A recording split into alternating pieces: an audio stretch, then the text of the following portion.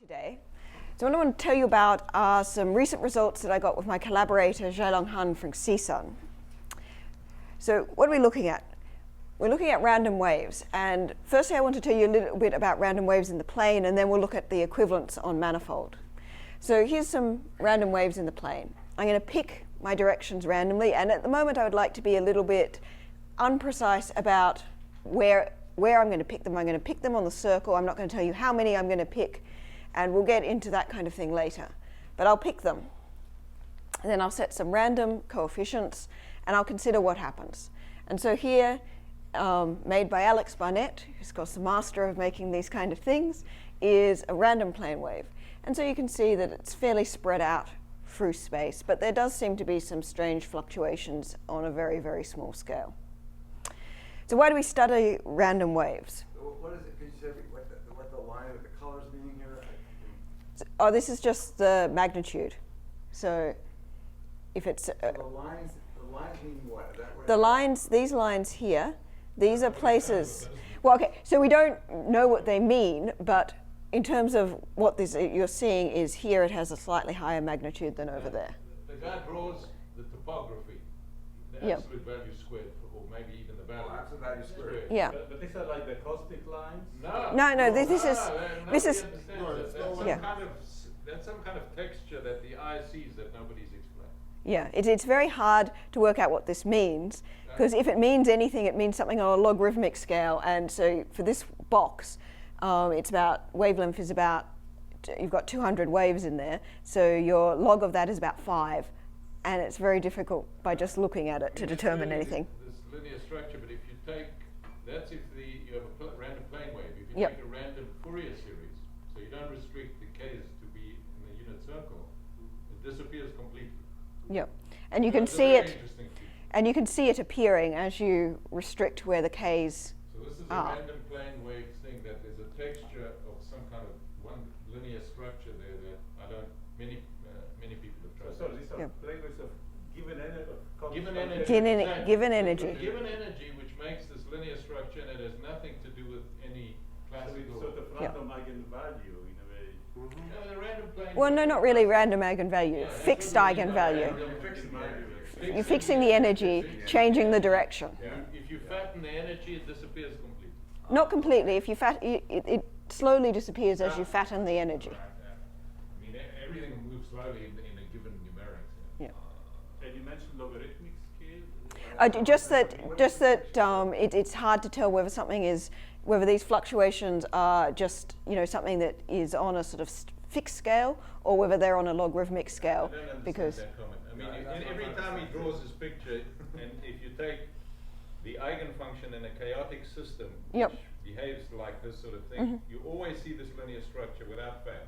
yes, but it's hard You to know where it is, and the point is, it's very hard to determine, is this a linear structure that we're seeing that's of like a constant size, and then if I increase the eigenvalue, would it remain of a constant size, or would it grow logarithmically? And that's because in the scale ones that we can see, logarithm is very small, so it's very hard to tell. there's a visual effect that nobody's explained. I'm sorry, Yeah. but where's the log here? I mean, is this? I don't know. No, the thing is that if it's a constant energy, then there's a length scale. Yeah, so there's a length scale of things going on, and there's also, you can measure these kind of fluctuations. You can say how far above the sort of the expectation should it go, and you get a number for this, which is small, and it's about 4 or 5, which could be either that it's about 4 or 5 times for any eigenvalue, or that it's about log times for any eigenvalue as the eigenvalue goes to infinity, because log is about 4 or 5 for this picture. So it's hard. This is one of the reasons why no one has explained it. It's hard to look at the numerical evidence. It may look like something, it may be something, it may not be something, and we don't have a high enough eigenvalue really to really see that. So briefly want to talk about why we are looking at these in the first place. And it essentially comes out of our desire to understand the quantum classical correspondence principle. So we have quantum mechanics over here. Everything is defined by a wave function. We have a Schrodinger equation telling us how that wave function propagates. Everything is probabilistic. We've got classical mechanics, where the dynamics is deterministic. So you know, if I tell you position and momentum at one time, you know it for all time. These are the equations describing that. So the idea is that as you increase the energy of a quantum system, it should more and more resemble a classical system, and you should be able to see some kind of echo of the classical behavior in the solutions to this Schrödinger equation, which is what leads us to eigenfunctions. So a very simple solution of the Schrödinger equation is these stationary states, which you have an oscillation in time and an eigenfunction in some operator h, the Hamiltonian. So my eigenvalue is always lambda squared, and you interpret that as the energy E. So I should think of this as the energy E of the system. As the energy gets very, very large, I'm going from the classical into, from the quantum into the classical. And obviously, if I'm working on a smooth, compact Riemannian manifold, I have a finite dimensional, possibly very large finite dimensional eigenspace to work with. So this is just what I was saying before, quantum classical correspondence. I want to look for echoes of classical things in quantum behavior, so echoes of classical things in eigenfunctions. So a very classical thing is chaos. This is a chaotic billiard. So if I start off two trajectories at slightly different momenta, they both go and they bounce around everywhere, and they can end up very, very far from each other. And so classically, so we have a good understanding of this. Now the quantum problem is, all right, quantum mechanics is not deterministic. So it means I can't even talk about actual initial conditions down to a fine scale. So what could I possibly mean by difference in initial condition means difference in final condition if I can't refine that down to a tiny scale? So the overarching question is, what does quantum chaos look like? And there are many different sort of partial answers you have to that. Yep. Maybe it's a stupid question, but you repeat this notion that the quantum mechanics is not deterministic, but it is. I mean, you have an equation for the wave function. Yeah, but what I mean by not deterministic is. It is deterministic. The equation is deterministic. Well, it's probabilistic. When you measure if you want to measure where a state is, you measure its probability that it's in a particular thing. But you can't ever actually say, you cannot, in quantum mechanics, you can never say, here is a particle with this position and that momentum. The equation is for the wave function is determined deterministically. Yeah. Maybe it's a... But it is still not, it's still not deterministic in terms of your particle. You still have a probability in there. Yeah, of course. So, yeah, all right. So you're happy with what I mean by that? I don't know. I'm not a physicist. I don't know how physicists talk about this. I think we all know what's going on. Yes. The world has accepted this. Yeah. Okay, so this is just the intuition that I always like to keep in my mind, which is that we have a classical trajectory and we have little packets tracking along that trajectory, and these packets make up your eigenfunction. So if you want to think about your eigenfunction, think about these little packets. Of course, you have many different trajectories that they can track along, and you want to consider what kind of combinations you can end up with. So if we're in this chaotic case and we're tracking along very many different chaotic trajectories, we expect everything to spread out. So this is the idea behind this sort of quantum UE, QUE, all this kind of thing, is that we expect everything to spread out. And of course, it's a little bit stronger when you state it in the microlocal lift, because you expect it to spread out in direction as well as in space. But in this talk, I'm going to be focused on spreading out in space. All right, so here's a very hard question. On a Riemannian manifold, eigenfunction U, so under what conditions could I say that the L2 mass of U on some ball of radius r is normalized? Or could I say that in a sort of a limiting sense? Okay, this would say that it's completely spread out in configuration space. All right, so this is a very, very difficult problem. And even if you set a fixed ball, let alone a shrinking ball, this is a very, very difficult problem. So we all know about that problem. Let's look at an easier problem. So Berry has this conjecture which says that random waves should behave like chaotic build-outs in some sense. Now, exactly what that means, is a little bit up for debate, but most people understand this to mean if I randomly pick out one of these random waves and have a look at it and measure things on it, I should be getting a good model for what I should get for a chaotic billiard. And so you can see that the L infinity norm, so we know that that can grow at most logarithmically in sort of expectation, and the other LP norms are known in expectation to be bounded. So you can have very small fluctuations, but not that much. So what about on a manifold? Well, on a manifold we have this idea that we can replace plane waves with eigenfunctions, and that's some sort of analogy there. So instead of considering sums of random plane waves, we're going to consider sums of random eigenfunctions. So the first thing you think is, all right, I'm going to fix one eigenspace and I'm going to sum up randomly over all of the eigenfunctions in that eigenspace. It's the first thing to try. So this is what Burke and Lebeau did on the sphere. So he summed up over random spherical harmonics. In that case, the expectation is very nice. So the expectation at any value x is normalized to be 1. And so every LP norm has the sort of correct expectation value, including on small balls. However, there's a couple of things that went into that proof. Is used to get these exact formulas, you had to use the symmetries of the sphere very strongly. And you also had to rely on the high multiplicity, because your randomization gets better as you put more and more things into their randomization. So those are two things that they did on the sphere, and we have a lot of knowledge about the sphere. What about a general manifold? And in particular, what about a manifold that has a chance of being chaotic? Okay, because these are the ones we really want to study. Well, it's not such a good idea to consider the sum over one fixed eigenspace in that, because of course these things can have very low multiplicity. So we're not going to have a lot of things to randomize over. So instead we open a window width. So I'm going to say let W be between lambda and 1. I'm going to consider all of my eigenfunctions that live in that spectral window, randomize over them. I can guarantee that this is going to be a large set to randomize over. So a couple of points that kind of come up later is as we increase W, we randomize over a larger set, which is good.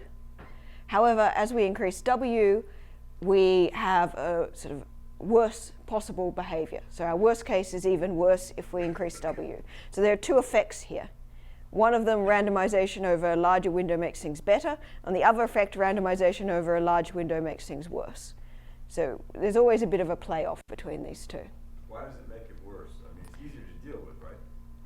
Well, it makes it worse because when you consider variance, and I will come back to this, when you consider variance, what really matters is what the worst case scenario is. And we can show on small balls that when you have a smaller window, the worst case scenario is better than when you have a larger window. But I will discuss this quite considerably more. So it's different. Well, it's different. It's good or bad. The tighter the range you have is the more. Well, the I mean, range, the more random it is. The more it's like a random function. Yeah. It's easier to deal with. That's what I was saying. Yeah. But on the other hand, yeah. It depends. There's some goal that one's up.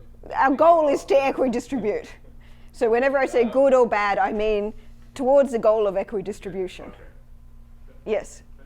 Isn't there a theorem of, let's see, that almost all fraction which asymptotically full fraction of Zeldich is sitting over here. Yes. So,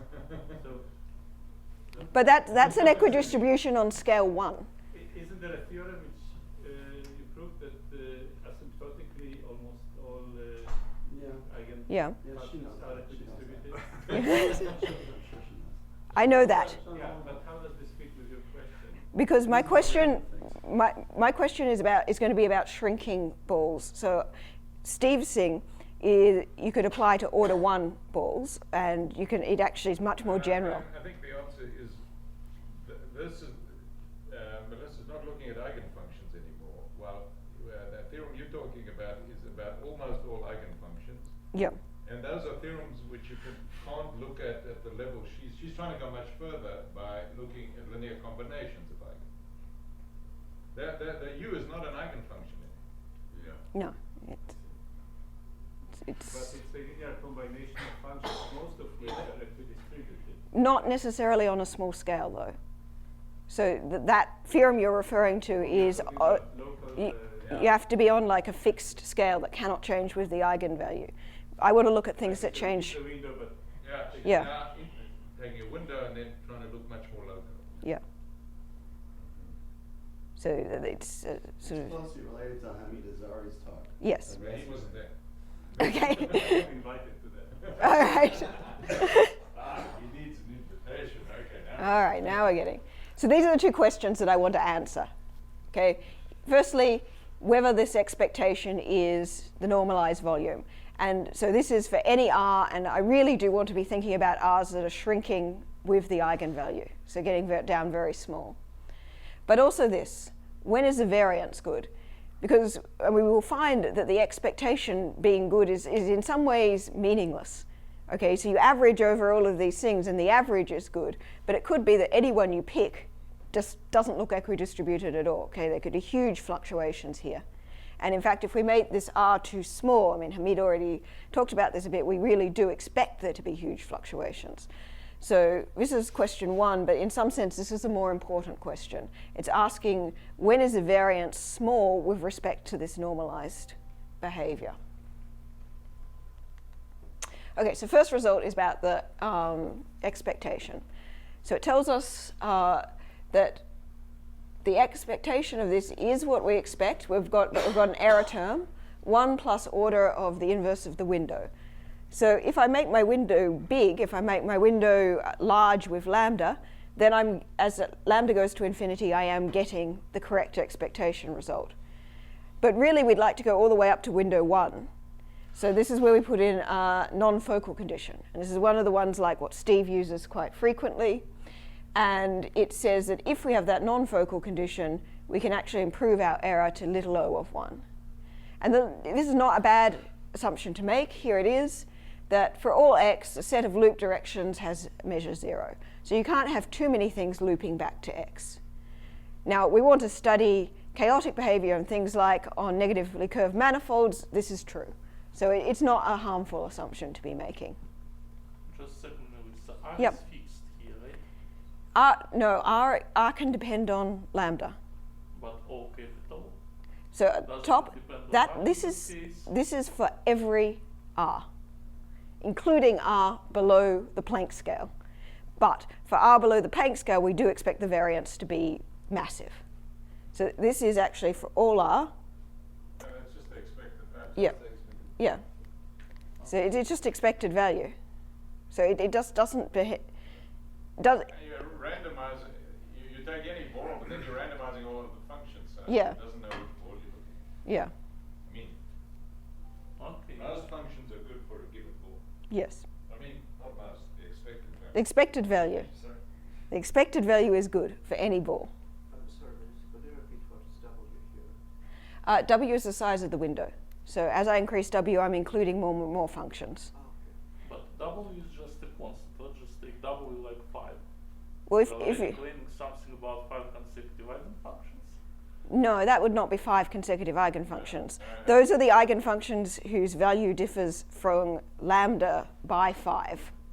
There are going to be heaps of them. Sorry. You have like, The usual, Yeah. the usual yeah, the usual normalization. thing, and it's not Yeah. linear, So it's a window, if It's a W is big Yeah. constant, window here. I think the way to say it now is- it starts making yeah, sense. Yeah. so W is constant, we are in the monochromatic wave. Yes. Yes. They Yeah. all have roughly the same energy. Yeah. Okay. Okay. So there are masses of these that we're randomizing over. And if we make W even bigger, we move out of that, and then the expectation gets better. This should just follow from pointwise wise line, just integrate. Yes, it does. So any ball, any radius. Yeah, that's what I'm saying. Any radius, it doesn't matter, really, at all. And in a second, I'm just going to show you that calculation. It's very, very easy. Okay, so the two different ways to think of our randomization scheme. We go flip back and forth between them quite a bit. So we have U is the sum of Cj, Ej. So I could think of that as, all right, I've got these fixed Ej's, and I'm picking my coefficients at random from a unit sphere. Okay, so I'm picking my coefficients randomly from some unit sphere, and I think about them as sitting in a unit sphere in Euclidean space. equivalent formulation, I could say, well, I have the space that is the span of all of these eigenfunctions, and I'm picking a function randomly from that. And it helps to just keep both of those sort of simultaneously in your mind. I think the way to describe this is the way Wigman and I describe it. This is a band-limited function. If Yep. W is fixed, then it's a monochromatic band-limited function. And if W is very big, then it's just a random function, a random Fourier series, like Yes. an old-fashioned random Fourier series. A random Fourier series with some sort of cutoff. No, nothing. No, it's Yeah. just random Fourier series. Well, I mean, yeah, there's quite a bit of, yeah. The orthonormal basis of the eigen. Okay, relative to that orthonormal basis, yes. But there are some things about the window width that, a little bit less simple than that. Okay, so expectation. This is what Hamid was talking about. Very easy to calculate. So I'm just going to calculate my random variable square of the L2 mass. So I take its expectation and fiddle around with the integral a bit to turn it into a question about the measure of sets where this function is large. And so this is where I use my Euclidean thinking. I say, well, if U is a sum of Cj, Ej, well, if I think of that in Euclidean space, that's saying it's an inner product between two vectors C and E, where E has component-wise these values from my eigenfunctions. Okay, so this is a very standard way to think about it. So if I'm asking about where the norm of E is large, I'm asking about where the norm of this inner product is large. So to do my calculations, I'm going to normalize this vector. So what I'm really asking about is the angle between two vectors in a high-dimensional space. Okay, so I'm trying to look at this estimate here. So the way you calculate this is actually rather simple. You say, all right, fix x. This is just some vector on the sphere. I can rotate my coordinate system around until that is the vector E1, so the first coordinate direction. Put everything into spherical coordinates and really explicitly calculate this. I mean, it's almost devastatingly simple when you write it out. So you calculate this, and it just boils down to doing this integral. A couple of change of variables, and what you're left with is I need to know what NW is, the multiplicity, how many things I'm randomizing over, and I need to know what EX squared is, the length of that vector in Rn. And this is where the local Weyl law comes in. Okay, so the length of this vector, well, it's the sum of EJ squared evaluated at x, and anyone in our sort of business who sees this sees local Weyl law.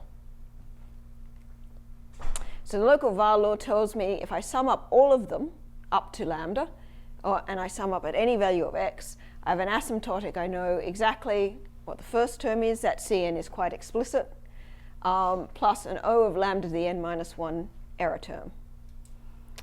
And if we assume the non-focal condition, I get to improve that to a little o. And that's the only place that I use the non-focal condition. Okay, so the reason why Burke and Lebeau were able to get their result without the non-focal condition is they didn't do this argument, they used the symmetries of the sphere to calculate the sum of EJ squared. All right, so here's my length of the vector. Okay, so it depends on the width of the window, lambda to the n minus 1, and the error terms depend on either the width of the window or my non-focal condition. Now I can just, to work out what NW was, I integrate over the full manifold, because every time I hit one of these eigenfunctions, I pick up a 1. So if I integrate over them all, I'm going to calculate 1 for each one. So there's my asymptotic for n lambda. So really then you just plug it into the equation. And here you go, the expectation is exactly what we think it is, with the error depending either on the window width or the little o condition. Okay, and as I said, have not used R here. Okay. You could fix a point and you have this as a thing. So the variance might be very large, and this is what we're going to talk about now, and this is the really key point. All right, so some results on the variance. What we want here is we want the variance to be small, comparable to the natural size of the ball. Okay, if that's true, then you have a high probability, you just pick one, it's going to look equidistributed at that scale. So now you see I start to get some conditions on R. It depends on the width. So two different conditions. If you have small width or large width window, you have a slightly different formula for working out what R is. Okay, you'll see where this formula comes from. The really one I want to draw your attention to is if W is 1, then you have R inverse is little o of lambda the half. So this is square root of Planck scale. Okay, so this is saying that for window width 1, we can get down to the square root of the Planck scale. And below that, we don't really know whether it fluctuates or not. But above that scale, we know that it's pretty well behaved. And we just do this by concentration of measure phenomenon. So this is just a very simple statement which says, if I remember, I'm thinking about these coefficients being chosen on a high dimensional ball. Concentration of measure just says the measure of a high dimensional ball tends to be located near an equator. And if the dimension of the ball is such, then it's on some kind of square root distance. Most of the measure is there, but the rest sort of exponentially decays away.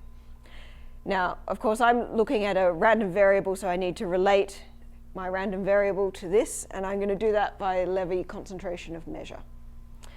So this just says calculate the Lipschitz norm.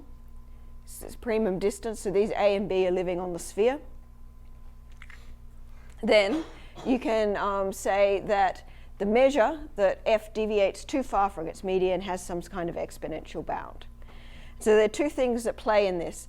As you increase dimension, you get a better bound. Okay, so if I increase my window width, I increase dimension and I get a better bound.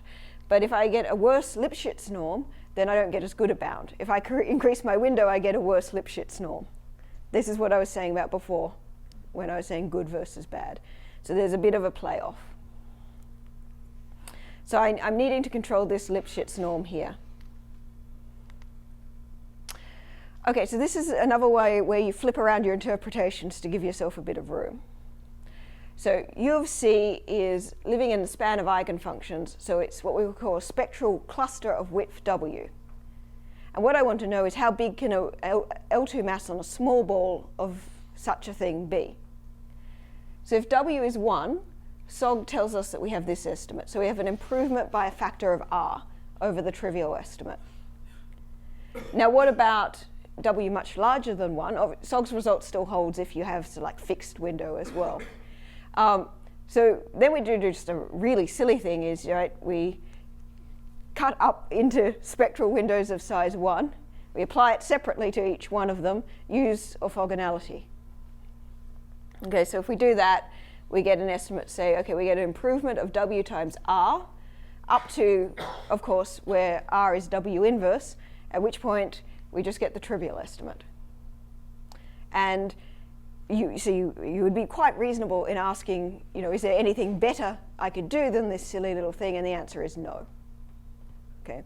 If you have a spectral window of size W, you can find an eigenfunction where most of its mass, a spectral cluster of most of its mass is confined in a ball of radius W inverse. So there's really nothing more I can do. Okay, so this is just what I said before. We've got some kind of play-off between the increase of dimension, which gives us something, but the increase in Lipschitz norm, which takes something away. All right, so calculating the Lipschitz norm is just another game in playing around moving between thinking of functions and thinking of coefficients. So I'm going to let U and V be defined by two different sets of coefficients, A and B, and I want to measure the difference between them. Okay, so clearly it's less than this. Now, here I think of them as functions for a moment, and I play Cauchy-Schwarz. So I'm effectively having to estimate L2 mass on a small ball. So if we look at U minus V, okay, well, just put the coefficients together, and clearly this is still an order W window, so I can apply the estimate to it. So I pick up my improvement here, and then that's in terms of U minus V L2 over the whole manifold, which is actually very explicit to calculate. So remember, these are orthonormal. So if I sum up this, I get my AI minus BA, IJ minus BJ, and then I need to integrate over EJ, EI, but they're orthonormal. So all non-diagonal terms just vanish, and I'm just left with the sum of the squares, i.e. the square of the distance on the sphere. So now come back to thinking of that in a coefficient form. Okay, so this is the distance. This distance takes place on the unit Euclidean sphere. So this is good. I'm getting my distance term, which I'm going to want for my Lipschitz norm, and I've got some improvement there. I've still got to do with u plus v, but that's the same thing. Okay, that is still a spectral cluster with window width w, and I get another w to the half r to the half. So this is my estimate there. Now, just to calculate the variance, I need to get things in terms of medians to be able to use the Levy concentration, and again, this is relatively easy. Okay, I'm calculating this integral. I think of it as the square of an L2 norm. Then I can estimate it in terms of a square of an L2 norm plus the square of the difference between the expectation and a median. All right, so now I'm in a good place to use Levy concentration of measure. So here I want to use Levy concentration to compare the value to the median. Now, obviously, I can also use it to compare the expectation to the median. So when I calculate this, I get two different variance estimates in two different ranges. And this is why I get that funny condition where I have different values of r depending on what my w is. So if I'm between lambda inverse and w inverse, I get this improvement. So this is the non-trivial estimate. If I make my r too large, I'm back to whatever the trivial estimate is. And I need to compare this to the volume of the ball of radius 2 to the n. And there's just my Weil asymptotic again that tells me what NW is. So when you push this through, it's a bit of calculation there. You arrive at these two different regimes. Okay, so if your window is very small, you get something for R, and your window is very large, you get a slightly different condition for R. So one important thing is that, okay, so these guarantee that you get a good variance with respect to your natural size. But the converse isn't true. It isn't true that when you're below these, we know you have a bad variance. So I wanted just to talk about the window width 1 case. Okay, so below that scale. So this is a square root of Planck's constant under my normalization.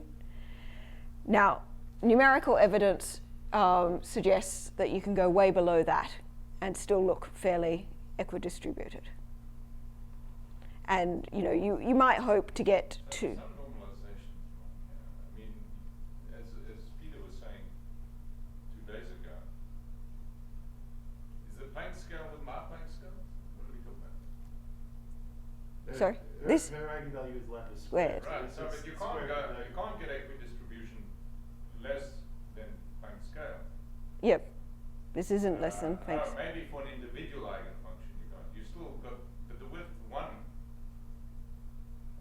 This is much, much larger than the Planck scale. Planck scale is lambda inverse. This is lambda. Yep. So you should be able to achieve everything at the Planck scale. This is what I'm saying. You should be able to go down to the Planck scale. But I'm not sure why you don't. yeah.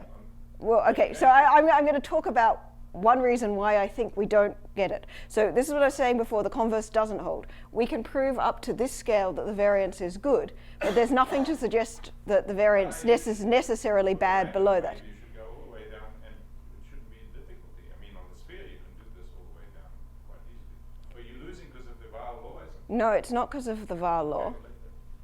It's because of the Levy concentration of measure.